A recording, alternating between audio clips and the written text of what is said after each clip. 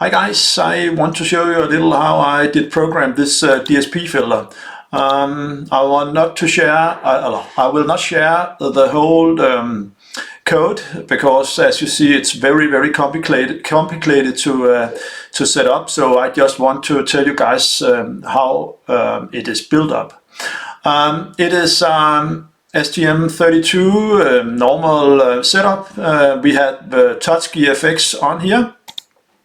Where we have all this touch GFX things. We have a lot of BSP files here, and of course we also have the SEMSys. I use heavy use of that. I will show you later. And then I have this components from STM provided, but I also modified, and I will show you in 2 seconds. If we start with the main, you will see that this is very normal, but it is free RTOS, so it means it is multitask programming. In fact, we run 2 tasks here. We run a task for the filter and a task for the GUI or for the touch GFX. If we go to the audio which DSP or with STM they supply, I have made some modification. If we start with the H file, you can see I have made in volume. It's because that provided from ST, they have in and out volume set at the same, and that is not good, because then if you go up in volume, you also go up in volume, and it is very hard to fix that. So therefore I modified that. If we go down here and just take a quick look on the modification here, let's see, here you see that I have the modification you can find everywhere on the internet, where I rebuilt for line in and line out. That's a simple modification to make here. Here down here, I got the in volume. I split in and out up. It is very simple to do, but yeah, that's it. And what do we more have? I have here up here. I have a modification more.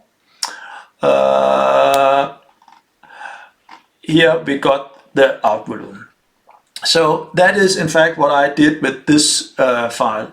With the codec file for the 8994 codec, there's also some modifications. The first modification is if you want to use it as line in, then you have to make some modifications here, because there's the 30 dB and so on. You have to take that away. You can also find a lot of information about that on the internet, so I don't want to go deeper into that. Then we got here, you can see I have a call for the driver, because I did make my own 2 volume things here, so you can see them there. And we got down here 870. I have here on my notes. yeah. Here is how to set up the in volume, and I think I have up here how to set up the out volume. Here, yeah, I write to all the registers in the 8994. Okay, now we go into business, because now we come to the filter. How did I build up the filter itself? In fact, it's a B-quad cascade filter with a bandpass filter and amplifier afterwards. I will show you in 2 seconds. Here we start with init. It means that there's a lot of buffers setting up. Here I do set up all the DMAs, so the DMA is going in a circular loop here. It is in fact what is going on here, and we also set up some volume, and we start record in from the codec, and we set audio out to the codec here. Here in fact I calculate all the filters, because I did make it so you can change frequency, and you can also change the filters, what do we call it, how wide it is. So I have to calculate all the coefficient, and you will see in 2 seconds how I do that. Here in fact you can see see the B-quad cascade filters. Here we have 11 bandpass filters with, in fact, a low Q. And the reason why I make a low Q is that I want to prevent the ringing. And after I have this 11 bandpass filter, I put in a peak filter. You know it from some transceivers, it is an APF filter. And it means that there is 12 stages here. It's a very, very heavy filtering. And here we do init, in fact, the stages and the coefficient into to the memory. Here, when the filter is going, first I check from the touch gear effect. Do you change anything on the buttons? Because then I need to do something here. I need to set some variables and so on. It is done here. And then afterwards, now the filter in fact come. Because here you can see I extract the samples from the audio buffer, and then I take the left speaker, or whatever you call it, the left side through the filter, and I take the right side through the filter. It is also modification I made on the audio and the codec files, because they are used to make a mono, or in fact they make it in the same way. I split them up because I want to have a filter in every ear. Here we do on the half of the buffer, and here we do, it is on the lower half of the buffer, here we do on the upper half of the buffer. And it means that this is a circle running around all the time.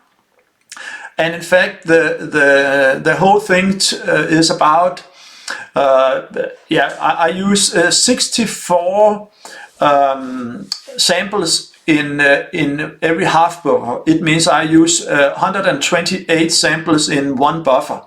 And we run 16 kilohertz, so this is a very, very fast filter. And the reason why I choose that was when you have your cycle tone on your receiver, we do not want any delay, because if we have delay, you are not able to send CW. So therefore, in fact, you have only 3 millisecond delay here. And I did 50 words per minute, and I did 60 words per minute, and there's absolutely no problem. You will not hear any difference, I promise you. Here you can see how I count the filters. In fact, I have made calculations so I can make high pass, band pass. It's all the coefficient we make here. Yeah, it's just a formula. If you understand, you are lucky. I do not understand, but I know where to find them. And here you can see I extract samples.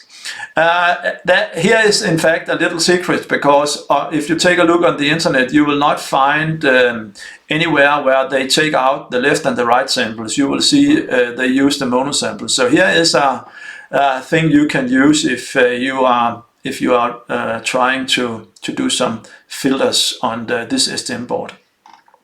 Here you can see how I extract in fact, here's the lower and here's the upper thing.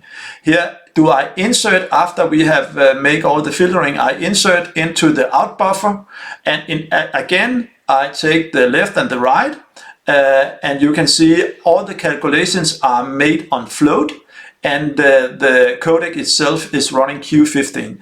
So and the reason why I use float is that I can have a higher precision, and I can have lower noise.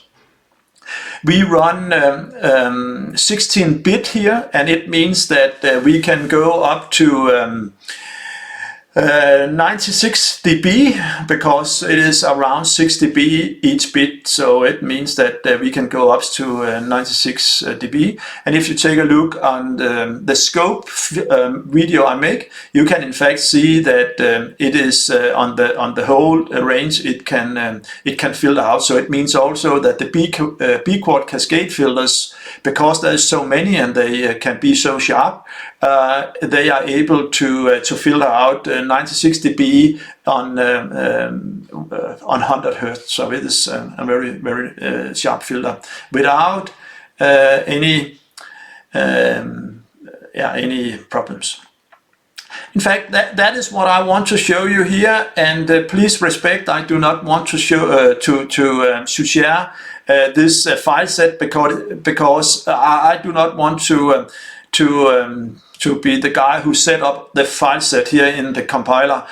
So I will share the exe file, and I will also give you a video how to put that into the board. Hope you enjoy the filter, and thanks for watching.